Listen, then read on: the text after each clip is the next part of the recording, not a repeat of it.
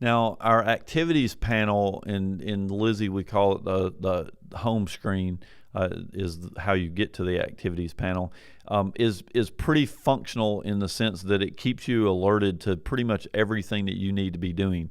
At the top are our calendar events, which would include manually entered events, scheduled events, callbacks. All of that stuff will show in the activities panel at the top. The idea there is that before you schedule a call for somebody to call somebody, you look at their calendar on that particular day and make sure that they actually have an open slot to be able to call them.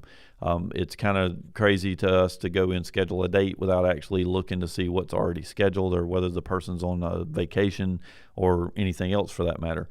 The last thing I want to do is tell a customer we're going to call them and then we don't call them. So in addition to that, you also have open opportunities that you have for that particular person. So if I want to look at the opportunities that are scheduled for a particular sales rep, I can click on it, open it up, and then I get this nice view of all the opportunities and how far along in the progress levels they've gotten with each one. Along with monetary information, last contacted, when they think they're going to close it, and so forth. I have, as well as everybody else has, access to pretty much everybody's activities panel to be able to see what's going on.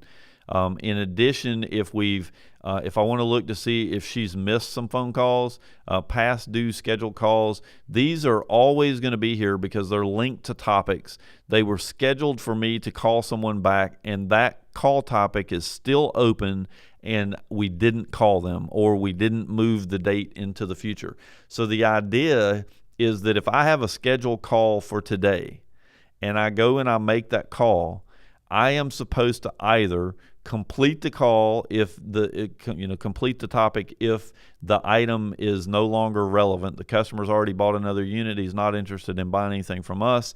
I'm going to complete it. That'll automatically take it off the list for everybody. If I don't get in touch with the customer, or they tell me to call them back in the future, or I'm going to call them back in the future because I didn't get them today, then I'm going to reschedule that particular callback for a different day, and that'll move it off this list and put it on in a date in the future. But if I have a call topic that is linked to a past date, it will show here forever, which means you will never lose track of any call that you were supposed to make that you forgot to make.